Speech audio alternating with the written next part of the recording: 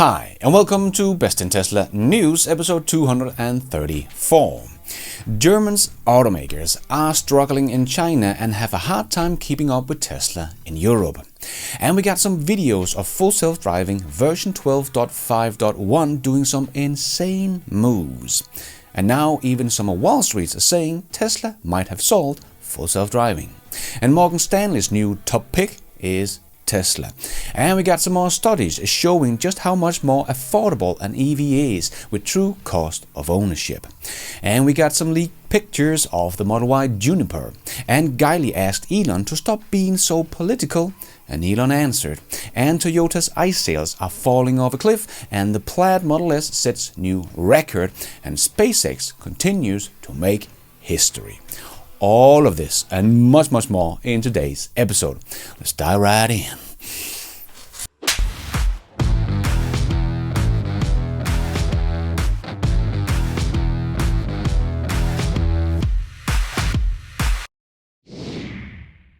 Let's put our living stereo stylus in this groove. Tesla is still dominating in Europe, and the German automakers seem to be struggling and are losing China as well. As I showed last week, Germany was down in BEV sales this year about 9%, but that was expected as they terminated the EV incentive in December last year. But the UK and France did grow, and as you can see here on this chart, actually catching up to Germany in EV sales now, even though Germany is a much bigger car market. But the UK did also end their purchase incentive of EVs in 2022, where we also saw some halt in the BEV growth after that, but is now back growing fast again, just what I expect will happen in Germany as well. This is just a temporary slowdown in Germany, but it will all pick up again. And Alex also shared the list of the best-selling BEVs in Germany in the first half of 2024, and as you can see, the Tesla Model Y is still the best-selling BEV in Germany in 2024. We have mostly Germans on this list, but we have the Model Y at the number 1 spot, the MG4 as the number 4, and the Volvo EX30 as number 10. The Model 3 is not on the top 10 list, because it sits just outside the top 10 as number 13. So Tesla is still doing very well in Germany, but BYD is not on the list here either, but we have to go quite a long way down the list to find them. Their best-selling model in Germany is also the Auto 3, as we see in most places, with only 384 units. So in Germany, the Model Y is still outselling the Auto 3 with 33 to 1.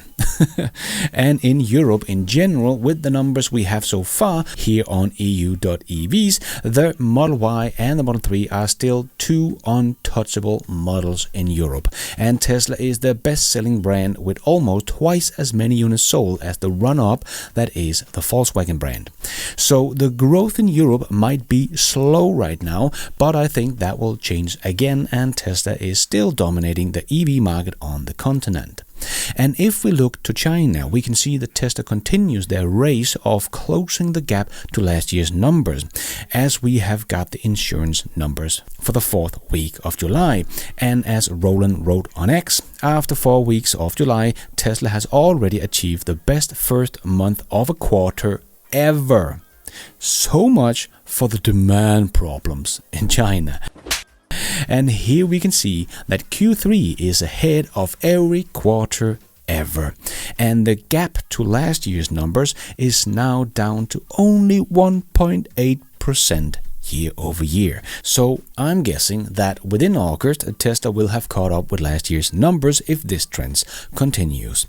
But most German OEMs are down in Germany in the first half of 2024. And Porsche is one that seems to be struggling quite a bit at the moment after a weak Q2 result, as Alex wrote on X.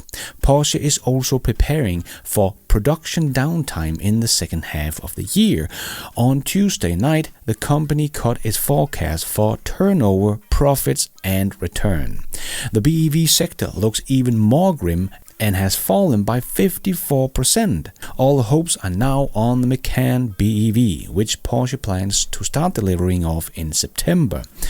Boy, that is not looking too good for Porsche, but Audi did also cut their forecast, and both BMW and Mercedes are also down in China in the first half of 2024.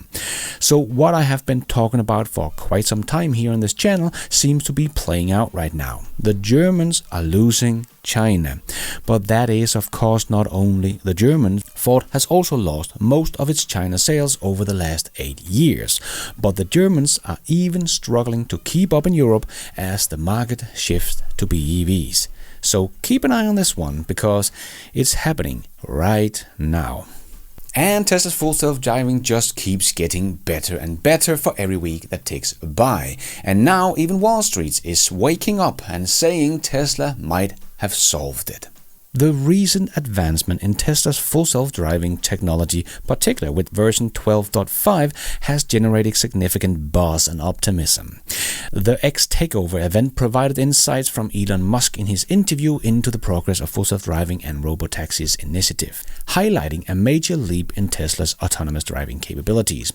Wall Street analysts, including Piper Sandler, are increasingly recognizing Tesla's stride, suggesting that the company may have solved the full self-driving puzzle. Wow! The latest version has shown remarkable improvement, addressing issues prevented in previous versions like 12.3.6. Test drives indicate a significant reduction in need for driver interventions. There was a substantial increase in the full self-driving miles in Q2 2024 compared to Q1, as we can see here on AJ's list, largely due to the free trial period. This acceleration in data collection is crucial for future development and refinement of the system, and this week we are seeing full self-driving version 12.5.1 doing amazing work, already better than 12.5. And Tesla plans to seek a regulatory approval of full self-driving in Europe and China and other markets, with promotional materials in China indicating imminent robotaxi service. Nice. Unlike competitors that rely on geofencing LiDAR-based system, Tesla's approach focuses on a general solution capable of operating in diverse environments. Just like we saw this week from X-Driver on X that shared this drive with full self-driving version 12.5.1 that just blew my mind. Starting the car from the grass field at the Tesla Takeover event, it found its own way out from that onto the dirt road, hardly a dirt road, and then onto the main road, driving on marked road and non-marked road, through parking lots and more. Absolutely amazing. Tesla is getting so unbelievably close to solve full self-driving cars. But as I said in my video this week, even Piper Sandler is now saying, don't roll your eyes, Tesla might have solved full self-driving. Buy Tesla stock. And ARK Invest was out saying, don't ignore Tesla's full self-driving. So some is waking up and ARK Invest is giving last warnings.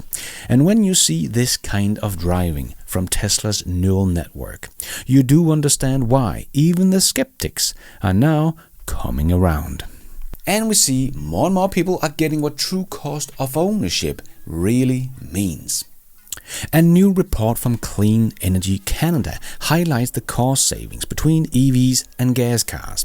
Choosing a Tesla Model 3 instead of a Lexus ES will save about $38,000 over a 10-year ownership period. They are already at price parity today. I just made a whole video this week about how EVs will become an absolutely no-brainer in a few years in every segment, but we can also see it already is in Tesla's segments. But even if we take the hatchback, as Clean Energy Canada did with the Bolt against the Toyota Corolla, where the Bolt is actually about $8,000 more expensive, well, just after a 2-month period of ownership, it's basically on break-even point. And as more and more people realize this, the more people will not buy an ICE car anymore because they no longer make financial sense.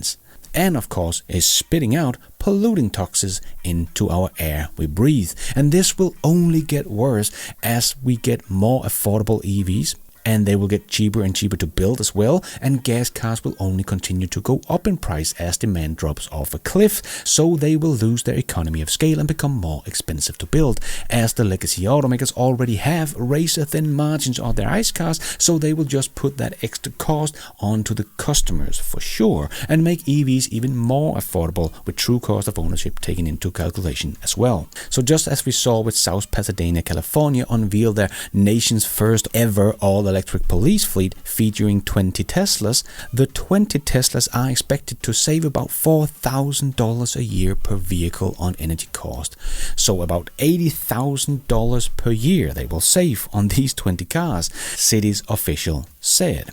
Police vehicles typically idle more than other vehicles as officers make traffic stops or respond to emergency call. The gasoline engine must continue to run just to power the car's emergency light and other equipment used in the police car. In contrast, EVs are emission-free while driving and of course when idling as well. And they have of course also installed chargers at the police station, so the cars are all ready to go every morning, no need to go to the gas station. And as Clean Energy Canada also wrote in their report, all told, when considering the fuel cost of ownership over a decade, from the car's purchase price to fuel and maintenance, a typical EV saves drivers roughly $30,000 or about $3,000 a year. Yep, EVs are already a no-brainer, but it will become even more so in a couple of years. If you want to take a deeper dive into all of this, check out my video from this week on this topic. And let's squeeze in the last short news topics into this new show. Yes, it's time for the Tesla Shorts. Guiley wrote a nice post on X about how he hoped Elon would back down a bit on his political posts and trolling so much as he feel it is hurting the Tesla brand, as Guiley wrote. Getting into a Tesla used to be about fun, positivity and sustainability. Now, at least in every major US city, my car has become a political statement that is divisive. And Guiley hoped it could be a good time to go back to the drawing board with a new communication strategy in the political universe to foster more inclusivity and positivity and unity. And Elon wrote, "I hear you." Nice. And Guiley wrote back, "Thanks for listening." So we might get a little less politics from Elon, which would be much appreciated. And we keep seeing more pictures of what might be the refreshed Model Y Juniper. We saw what appears to be a camouflage Tesla Model Y that was spotted in China, and Drive Canada shared these pictures and wrote, "Possible first look at the Tesla Model Y refreshed product Juniper. Trunk looks to have a new rear light bar. Inside we can see the same ambient light and perforated ventilated seats from the Model 3 refreshed. We of course don't know if these pictures are true, but if they are, someone needs to be fired. But I think the rear light bar would be a nice touch, and I do hope that Tesla will make the Model Y stand out a bit more from the Tesla Model 3, so it's not just a big Model 3. So I hope they will add stuff like the light bar to differentiate it a bit." Because more and more competition is of course also coming for the Model Y, as it seems like everyone is trying to copy Tesla's success with the Model Y, as Mercedes is now also to gun for the Tesla Model Y with electric CLA crossover. Mercedes-Benz plans to start production of its electric CLA crossover variant in October 2025 in Rastatt, Germany. The CLA crossover aims to compete directly with Tesla's Model Y in the electric vehicle market. Mercedes-Benz is introducing the electric CLA as a part of the next generation EV lineup, riding on the new Mercedes-Benz modular architecture MMA platform. Auto Forecast Solutions predicts the CLA crossover could potentially replace the Mercedes EQB in the entry-level electric crossover segment. That seems like a good idea, as I personally think the EQB is quite a bit boring and sells about 8 times less in Europe than the Model Y. But Mercedes doesn't only have trouble with EV demand, their ICE sales are of course also getting hit, and probably as a direct reaction to the low demand for the current S-Class luxury sedan, Mercedes-Benz is reducing production in Sindelfingen. People involved in production told us that production in Sindelfingen will be reduced from the current 2 shifts to just 1 shift from October and onwards. Official confirmation have not yet been received. And other legacy automakers that is feeling the decline of the ICE business is Toyota. As AJ shared on X, Toyota gas and diesel sales record the 3rd consecutive month of decline. As we can see here on this chart, their ICE sales are falling off a cliff and have dropped over 600,000 in units trailing 12 months over the past 13 months. And this will only continue as ICE sales continues to shrink. What is keeping Toyota at float is their plug-in hybrids, but as I showed in other videos, that will not last very long in China and Europe, and by 2025 we should see them decline even faster as they lose their hybrids momentum in Europe for sure because of the new regulations. And we saw the first video of full self-driving version 12.5.1 coming out, and Elon replied to Guiley's post, "The car drove me around Austin to random GPS pinpoints. No intervention." Yep, getting closer and closer fast. And for the people that thought that Hardware 3 was going to be left behind, we got confirmation that it is not true, but it takes longer time to make it work on Hardware 3, as Elon also explained on X. It takes considerably software effort to optimize the code enough to run on Hardware 3. It also needs to be validated separately. Estimated rollout in about 10 days. Nice. Basically, this is because Hardware 3 doesn't have the same power to run the software as Hardware 4. So the underlying software for the neural network needs to be better and simplified so it can run on less powerful chips. And Morgan Stanley's new top pick is Tesla. With 40% upside to our 310 target, more managed expectation on autos, and powerful emerging driving of firm value, we make Tesla our new top pick in the US auto, replacing Ford. Ouch. First, the Cybertruck takes #1 spot for EV pickup truck in the US. It's actually built tough, not big boy tough, and it is the most American-made pickup truck. And now it also takes the top pick from Ford as well from Morgan Stanley. Not easy being up against Tesla. And to all the people that said Tesla is not doing well, I have to agree with James here. Seems okay to me. And BYD's Yang Wang is to start delivering their U9 electric supercar in late August.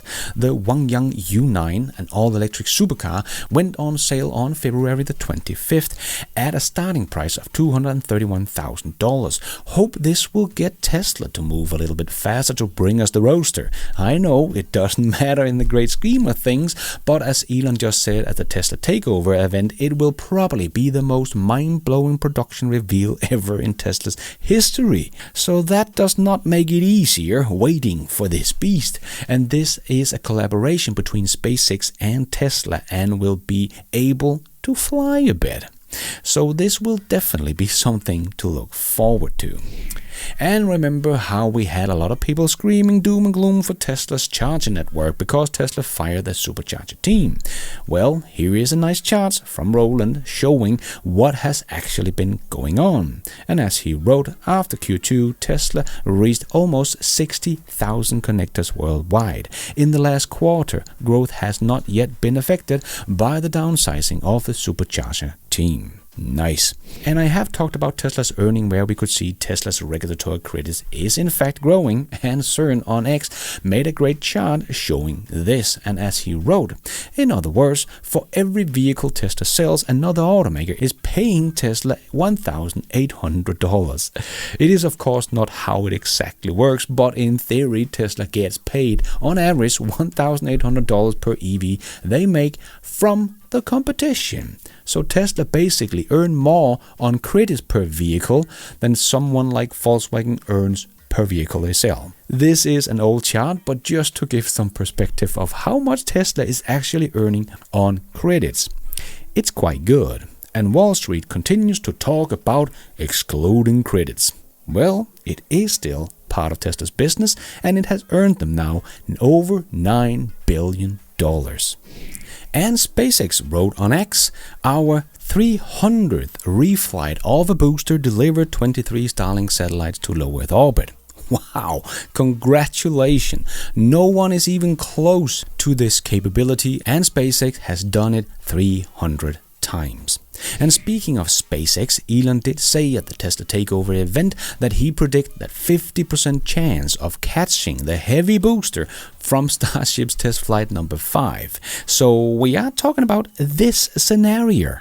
This is going to be the most mind-blowing thing since SpaceX first landed the 2 super heavy boosters back in 2018. An idea most people laughed at when Elon talked about the first time that they will catch the rocket with chopsticks, and now they're actually trying it. If they catch this thing, I don't think people will laugh anymore. And according to SpaceX, 2.5% of all homes in Australia now use Starlink. Now that is some insane growth Starlink has done, compared to the $42 billion the US government had set aside to expand the internet infrastructure in the US back in 2021. And now 3 years later, they have connected absolutely 0 Americans to the internet, while SpaceX has connected most of the world. SpaceX would have been able to bring internet to all of the US for a fraction of the price. And a Tesla Model S Plaid owner in Quebec has set a new record for quarter mile, crossing the line at a blistering 8.56 seconds, more than 2/3 of a second faster than the advertised quarter mile from Tesla. But as you can see in the video, it is also a completely stripped down version of the car, but still very, very fast. This new time puts the Model S Plaid within the region of the Rimac Navara, which is currently the fastest production car over the quarter mile with a time of 8.25 seconds. But it also cost $2.4 million. And here are the official renders from Tesla of what their new semi-truck factory in Nevada will look like when complete. Production is currently expected to start in late 2025. Construction has already started, as you can see here. The factory will be capable of producing 50,000 semi-trucks per year. Oh boy, Tesla has so many more cool things to come. And if you are wondering why Elon's company are always so successful, well, Elon did explain that at the Tesla Takeover event. I drive the engineering and design at the company, so that's like relatively unusual. I think a big part of why the companies succeed is because my judgment on whether somebody is great at engineering or design is quite good. If you don't actually understand the engineering, then how do you know that somebody's a good engineer? So that's really important. Yep, most CEOs are financial guys or just politicians. They just sit at the top looking down, whereas Elon is down on the ground helping out and understand the engineering. Big difference. And Alex shared this chart showing that in the first half of 2024, more solar and wind power was generated and consumed in the EU than fossil power. The trend is our friend. Indeed. And nice to see the community nodes working on X, where it is getting harder and harder to lie on the platform. Here we see Jalopnik trying to tell people that Tesla's Q2 profit came from taxpayers' money because of all the credits Tesla's got. But as the note rightfully points out, regulatory credits revenue comes from other automakers who pollute beyond the legal limits, not from tax dollars. Yes, the haters can try to spread lies, but they will not succeed on X anymore. And we saw the Plaid Model S embarrassing the more than $3.3 million Bugatti Chiron in a drag race. Like I have said 1,000 times before, Tesla's cars are just insane value for money.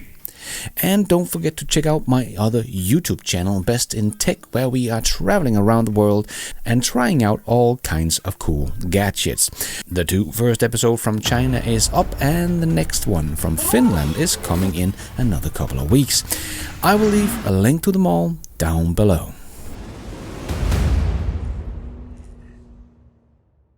And before we end up with a bit of fun, I just want to make a quick shout out to my newest supporters of this channel, my new YouTube members, Charles Lighty.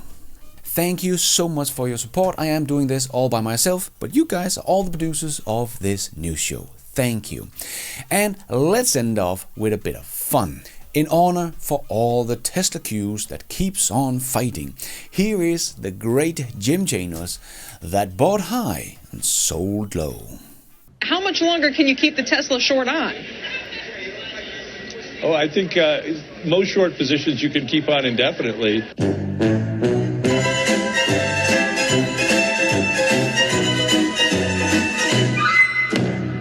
Yes, never bet against Tesla. That is all we have time for in this new show. Hope you enjoyed it. If you did, don't forget to hit that like button. It really does help this video out a lot. And if you did like it, maybe you want to consider hitting that subscribe button, notification bell, so you don't miss out on future videos just like this one. And if you're already a subscriber to the channel, thank you so much for the support. But if you want to support the channel even more, remember you can, for as little as $1, become a patron of this channel or become a member of the YouTube channel to get a shout out as some extra perks like early access, ad-free versions of my videos, exclusive videos. So hit the members button or check out Patreon to find out more. And don't forget to follow me on X. I post pretty much all the news as it comes out and a lot more. And check out the merch store to get some merchandise and support the show. It is also possible to support the show without becoming a member or a patron. There is a donation option down below or on my website bestintesla.com. You can also become an executive producer and get news articles, exclusive videos, behind the scenes, and access to all my research, charts and spreadsheet, also on bestintesla.com, or as simple as hitting the super like button. And thank you for watching. And until next time, take care out there and be nice.